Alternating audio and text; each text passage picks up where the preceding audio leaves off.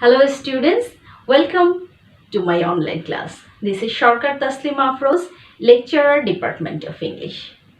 Dear students, our today's topic is very interesting.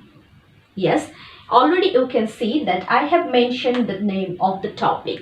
This topic is about completing sentence. As I know, you people like to exercise this topic. This topic is very tricky, though we think that this topic is very easy and simple. Of course, this one is easy and simple, but to exercise this topic, you have to know some trick and of course the rules. Well, dear students, before I start to discuss about the entire topics, it's very important, and as an English teacher, always I love to say my students that when you are learning new thing, new topic, of course you have to know the entire topics and of course the basic information. That means when you are learning completing sentence, in that case of course you have to know what does this in completing sentence mean, and of course what are the requirements. That means why you have to do this for your English practice. At the same time, is there any do's or don'ts, whether it's important for you as a student or not. So dear students, in my lesson of course I will try to give you some description about this topic, and at the same time it's important to mention here that in a class it's not possible for me to give you all the things and all the idea in a single class, but in my video I will try to give you an overview about this completing sentence, and you people have to watch this video very carefully so that you can engross the attention of the readers. Dear students, now let's start to know more about this topic, completing sentence. Well, first of all, completing sentence. What does this topic means? The answer is very simple. In your question, English second paper, you will find there's some incomplete sentence where you have to complete the sentence. In that case, you will find the incomplete sentence, maybe first one is incomplete or the second portion is incomplete. Remember, when you are trying to complete a sentence, maybe you will find some information is missing. Maybe the subject, maybe the verb, or both, or any clause. So you have to make your sense. You have to find out the tense. You have to find out the grammar, and after that you have to apply your sense, your creative genius, and then finally you will be able to answer these questions. I hope, dear students, now you got the point. So dear students, my second question is, what are the requirements? That means when you are trying to complete completing sentence, in that case what are the essential part you have to know? First of all, you have to know about subject, then you have to know about verb. Of course you have to have knowledge about participle space, maybe noun phrase, maybe prepositional phrase, or like this. At the same time, linking verb, then action verbs, modal auxiliary, and of course tense. So these are the requirements you have to know when you are going to complete a completing sentence. That means an incomplete sentence. Well, dear students, now I hope you understand what is completing sentence, what are the requirements. Now remember another important thing, a good writer always try to give a variety, or always try to use variety of sentence structure to engrossing the reader's attention. So as an English teacher, I would like to give you a simple trick, and of course these tricks are pretty much useful. Well, in a completing sentence, you will find actually this completing sentence must contain a verb, of course, and subject, and maybe both. And remember, this completing sentence start with capital letter. and end with period, that means full stop, maybe exclamatory sentence or question mark. So these are the thing you can find in a completing sentence when you are trying to exercise this one. And another most important thing, you have to have knowledge about this thing. In a completing sentence, you will find a blank, maybe in a first portion or a second portion. And in a completing sentence, there are two parts, maybe a main clause or a subordinate clause. I hope you know about this thing, main clause. Main clause is actually called independent clause. Independent clause means when the clause is not depend on other words or phrase or clause. This is called independent clause. On the other hand, what is subordinate clause? Subordinate clause actually depend on independent clause, and without the meaning of independent clause, it's not express its meaning. So if you find the first portion as a blank, maybe or independent clause, then you have to write the subordinate clause. If in your question paper, if you find the subordinate clause, then you have to write the independent clause. So this is how you have to answer this question. Yes, as I said, this one is very tricky. So the thing is, the gist of this completing sentences, in a completing sentence there are a pair. Remember, there is a pair because they match, and they match because they work smoothly as a team. And remember, the half portion you will find in your question paper, maybe a subject or action, and next portion, that means next half, is about whatever or whoever the action, doing this action like this. So these are the basic thing you have to know about completing sentence. So simply put, we can say an incompleting sentence never gives an complete idea about a topic. So you have to use your sense at first, then you have to find out the tense, and after that, by using some 10 rules, you have to complete the entire sentence. Now, as a students, why this topic is important for you? Yes, dear students, this topic is very important for students because a student can enrich their vocabulary, their word knowledge, their expressions, phrases, different things.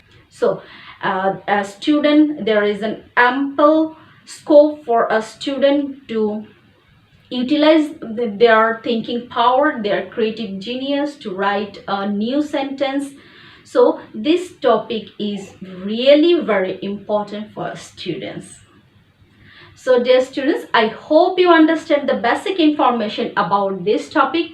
Now let's start to know more about this topic, which I have already mentioned on the board.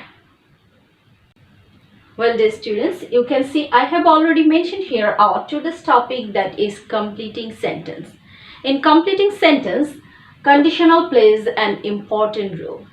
Conditional, that means all type of conversation, all kind of sentence related to if is called conditionals.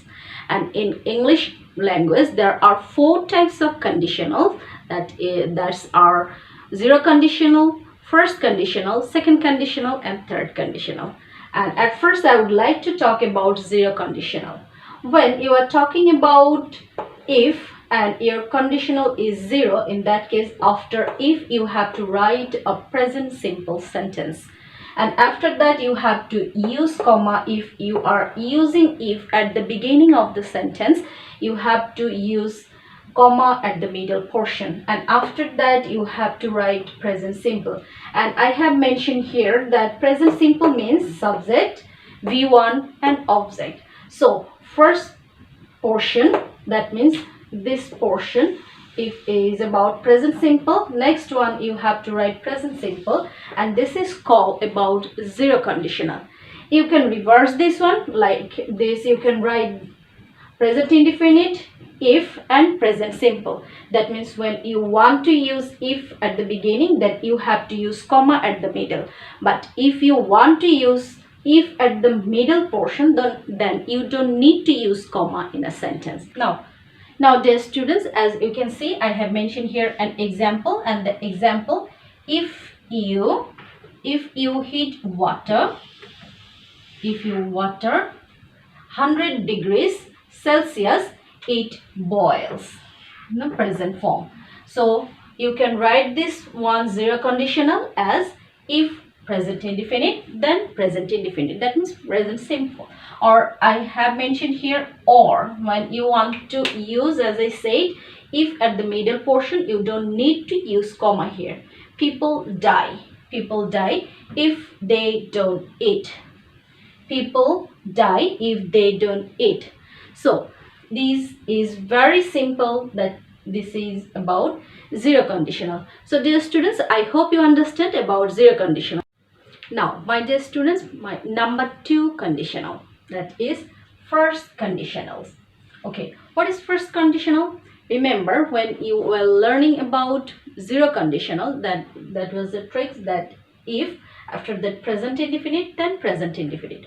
But in first conditional, you will find first of all if, then present indefinite or present simple. You can say like different ways, as I know. Simple. So you can say present indefinite or present simple. So in a first conditional, then second portion, you have to write future indefinite or future simple. Here, what I mean here about present indefinite, that is subject plus V1 and object. And future indefinite, that means, yes, future indefinite means subject, shall or will, or V1 and object. So this is how you can write the first conditional. So here is an example for you. You can see, if it rains, you can see this one is present indefinite and we need future indefinite. So I have written here future indefinite, that is they will not play. So you can reverse it. You can write like this way, they will not play if it rains. And remember, as before, when you are using if in a sentence, you have to use comma at the middle of a sentence. But if you use if at the middle portion, then you don't need to use comma. So dear students, this is how you can exercise this one and try to use lots of words, different subject, different verb, and try to exercise this. Well dear students, as we have already completed 2 conditionals. Now number 3 conditional, which is second conditional, but by number it is 3. Well, second conditional, as before, you have to learn the technique, and as I said, the completing sentence is very tricky. You have just to memorize this simple rule, then you will be able to write the full sentence. That means you will be able to complete an incomplete sentence very properly. Well, if past indefinite, if your first stop is past indefinite, then you have to write the second portion as past conditional. Here I have mentioned here what I actually mean about this past indefinite and past conditional.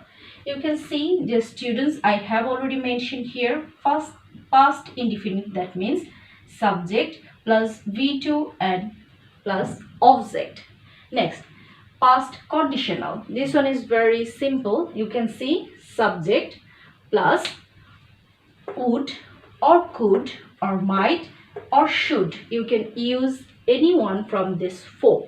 So subject, would, could, might, should, then, as they are the modal auxiliary verb, you have to write the base form of a verb, that means V1 form, and after that object. So this past conditional is very simple.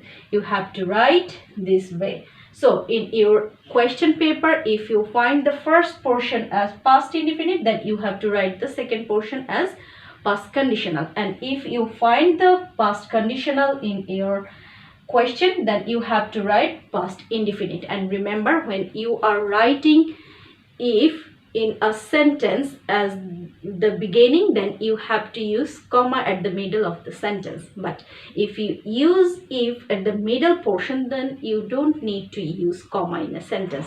Well, dear students, as you can see, an example already mentioned for you.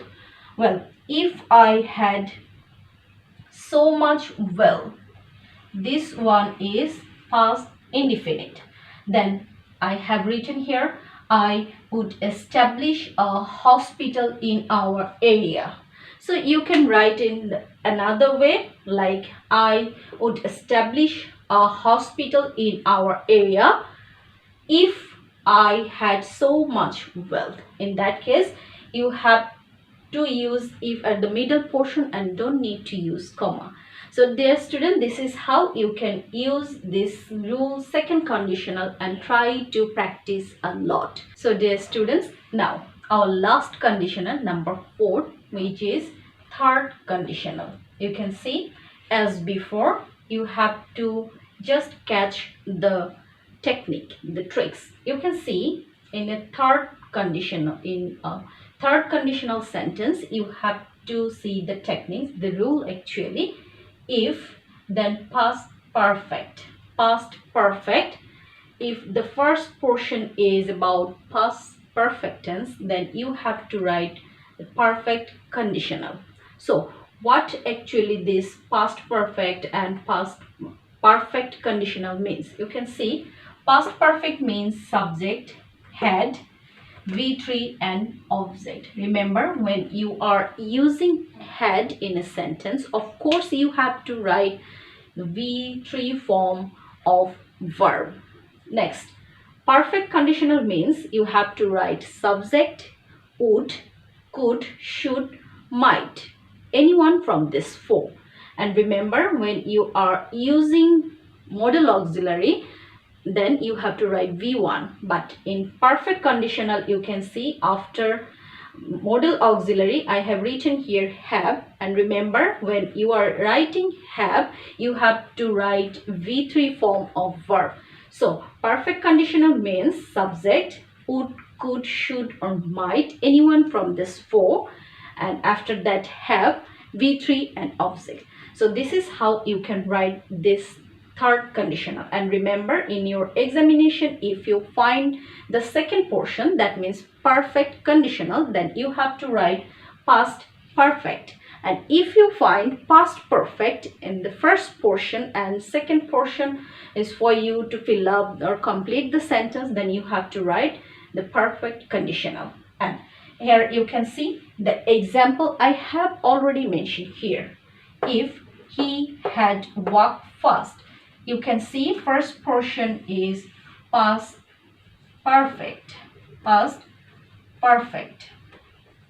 So you have to write second portion as perfect conditional, which is very easy. And as I said earlier, that when you are writing this completing sentence, you have to use sense. So if he had walked fast, he could not have missed the train. So if you write the opposite, that means you can use this one by this way. He would not have missed the train if he had walked fast. So dear students, as before, the technique is same. When you are using if at the beginning, you have to use comma at the middle portion. But if you use if at the middle portion, then you don't need to use comma. So these are the 4 conditionals in English language, and remember the techniques, the rules, and you have to follow. Now, in brief, I can say 0 conditional, that means if plus present indefinite plus present indefinite. First conditional, that means if plus present indefinite plus future indefinite. And second conditional means past indefinite plus past conditional. And finally, third conditional means if plus past perfect and plus perfect conditionals. So these are these 4 conditionals you will find in English grammar. So dear students, now try to practice this and try to memorize this 4, and finally you will be able to answer all these questions. So dear students, that's all for today's class, and in my next class definitely I will talk more about completing sentence, and I will teach you other rules related completing sentence. Till then, everyone be well. Thank you very much.